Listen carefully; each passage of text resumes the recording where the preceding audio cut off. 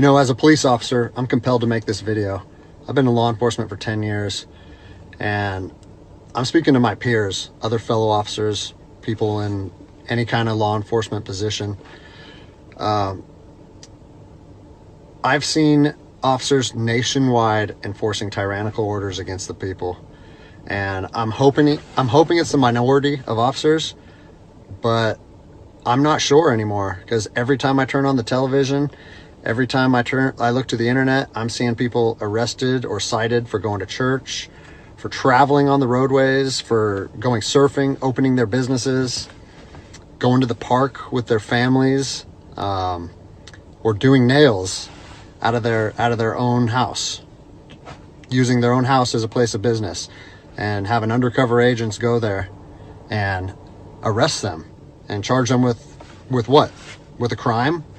I don't know what crime people are committing by doing nails in their own house, but we're seeing this more and more and more, and we need to start looking at ourselves as officers and thinking, is what I'm doing right?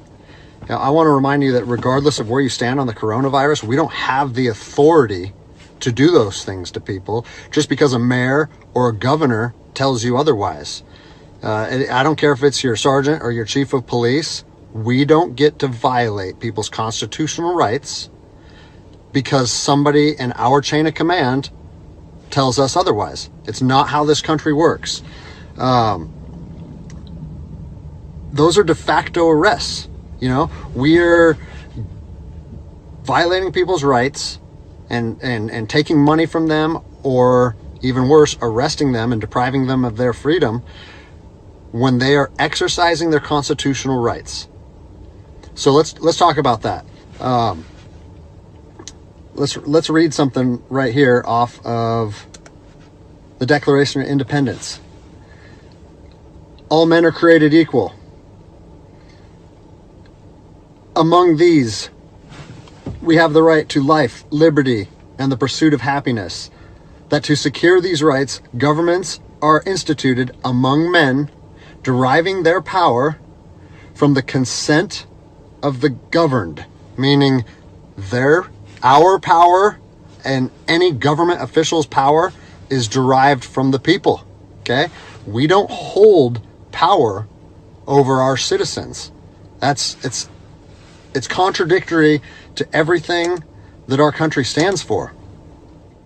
And this is what I'm seeing. First Amendment rights, telling people they can't go to church, freedom of religion. Okay? Telling people they can't protest, freedom of assembly.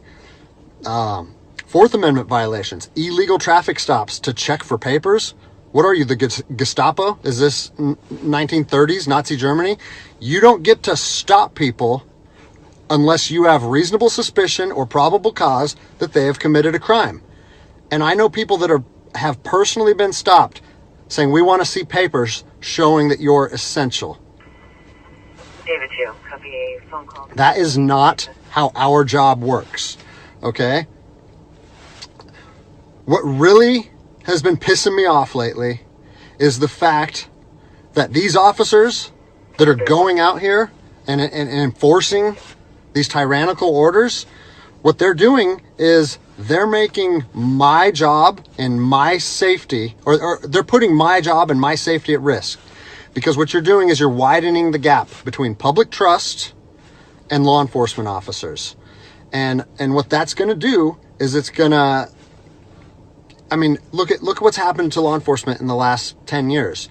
Less and less public trust, and more often than not, that is a result of isolated incidents that get blown out of proportion. Well, they're not isolated anymore. They're happening every single day. And the thing that I want you guys to realize is that our power that we hold as law enforcement officers is nothing more than a facade. It's a badge and a gun.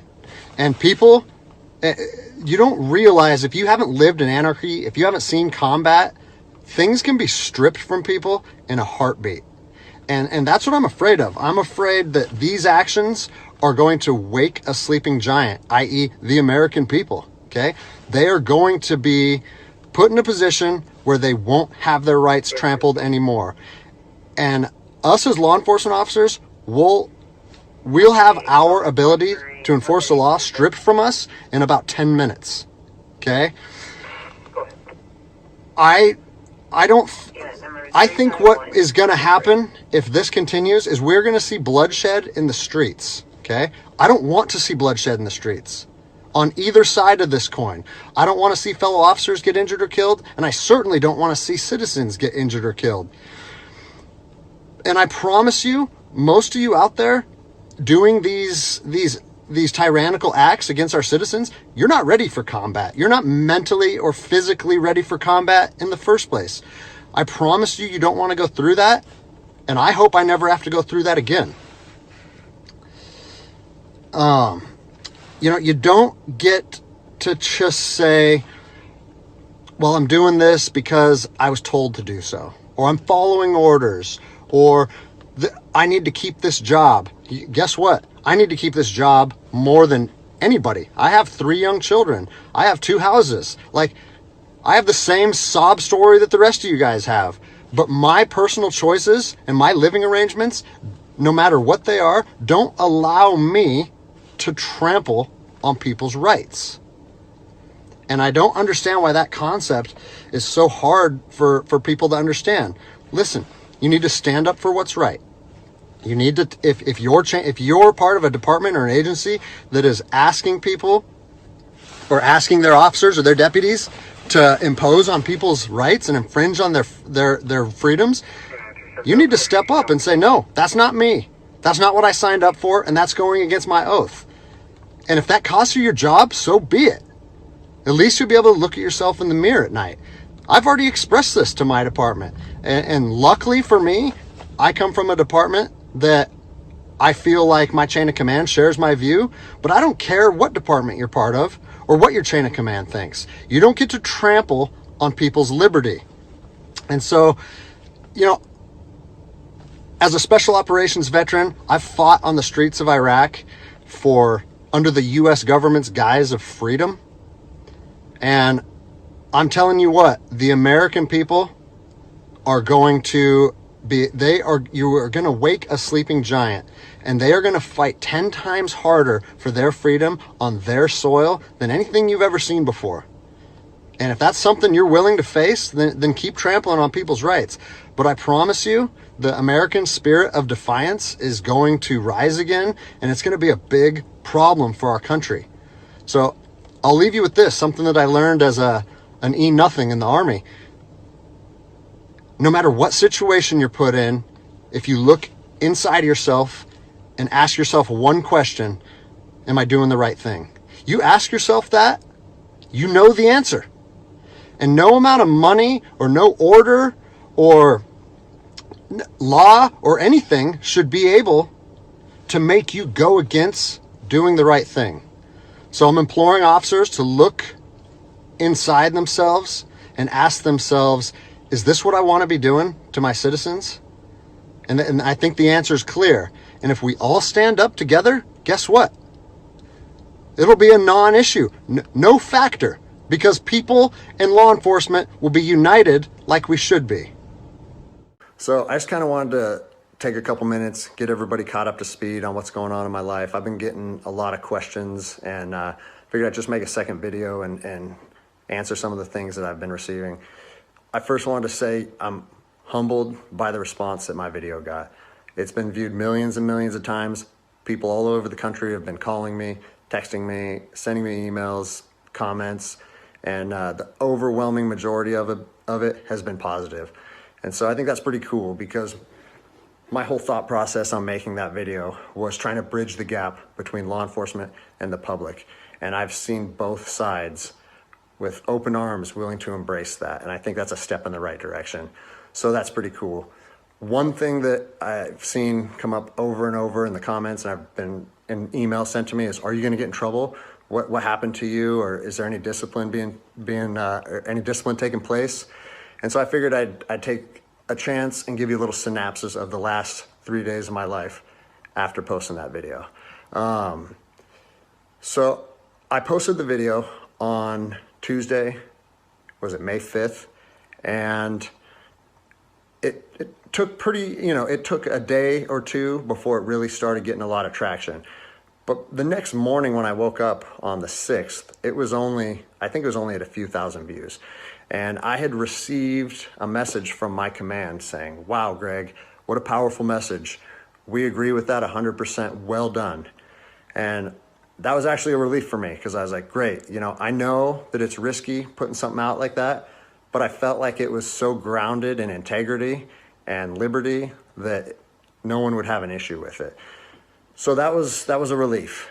And then fast forward 3 hours later, I get another phone call from my command and it said, hey Greg, the video's up to 400,000 views. It's time to pull the plug on this thing. And I immediately, it kind of caught me off guard because I said, why would we want to pull the plug on something that was already acknowledged as a good and powerful message from one law enforcement officer to others? And I said, yeah, that doesn't really make sense to me. I think maybe we should embrace this message and we should share this with other officers. And he said, listen, it's not up to me. I have been directed to tell you to take the video down, and I need to know if you're going to take the video down. And I said, no, I can't take the video down.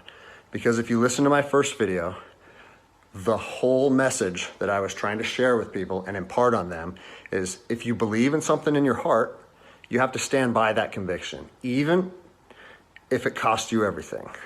And like I said last time, I have 3 little kids. I have this house. I have another house.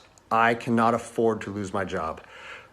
But after putting that message out there and sharing that with America, and it was so well received, I can't then just say, even though that's what I believe, I'm going to take a step back. I'm going to retract my words, and I'm going to allow my command to prevent me from sharing my heart and my truth. And I said, so with that in mind, sir, I can't take the video down. And, I didn't know where this was going to go.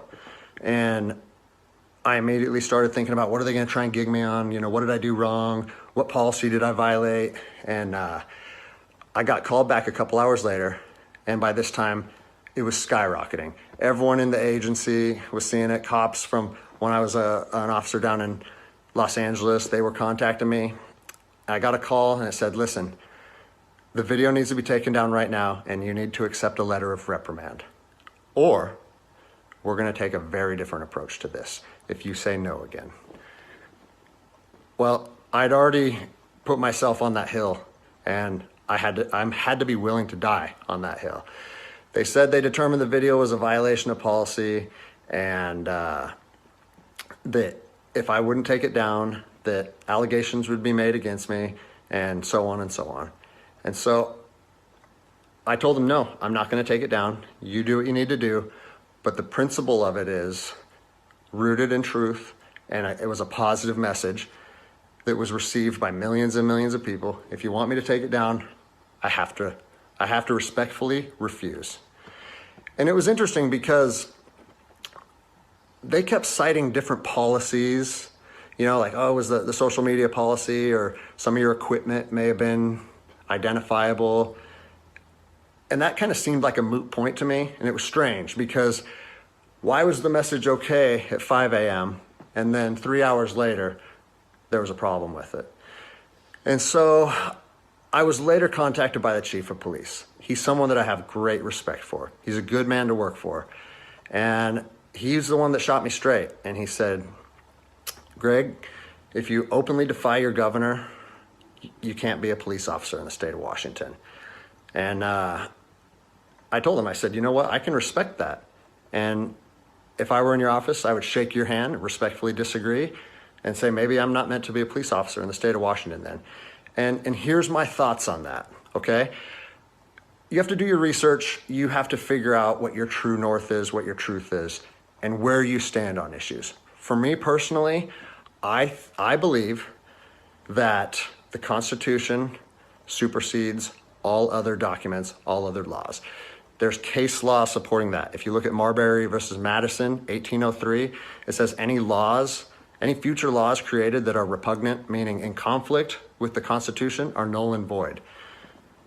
So when I look at how I feel comfortable enforcing the law, and I see people exercising constitutional rights, it doesn't matter if there's different executive orders, requests from mayors, requests from governors. To me, the Constitution supersedes that, and I'm going to stand with the people. Well, unfortunately, higher up in all agencies, there's a political game being played, and now I am on a administrative leave status pending termination. I was told by both the agency and the union that I was asked to take it down, and I refused. So that's refusing a direct order. It's an insubordination charge, and it will result in me ultimately being let go from the agency. And I said, you know what? If that's what you guys have to do, if that video is so bad that you want to take my career from me and you want to leave my, potentially take my ability away to provide for my family because of that video, do it. Because I'm going to stand by my convictions, just like I said in my last video. So yeah, it's weird, how fast your life can change in a week. It's something that I never thought would happen. I never thought that I would make a video that would resonate with millions of people. But my head is held high. I'm not intimidated or upset by how this played out. Like I said in my last video, man, I fought in the streets of Ramadi during 04 and 05. I came to terms long ago that my convictions and my beliefs may cost me everything up into my life. And even though it's 15 years later and I'm a police officer in Seattle, Washington, that truth still remains for me. So I don't have an option to back down or feel sorry for myself or give in and say, you know what, I got kids and I think I'm just going to take the letter. No, if they want to do me like this for standing up for liberty, they can do that. I'll leave you guys with this. It's on to the new adventure for me. I've been doing different things my whole life, and I'm actually excited, to tell you the truth. If you know of anyone accepting resumes, hit me up, because I might need it in the near future. But, I've always wanted to circumnavigate the globe on a sailboat, so maybe it's time to chase that dream. Anyways, I appreciate all the support, guys. Take care.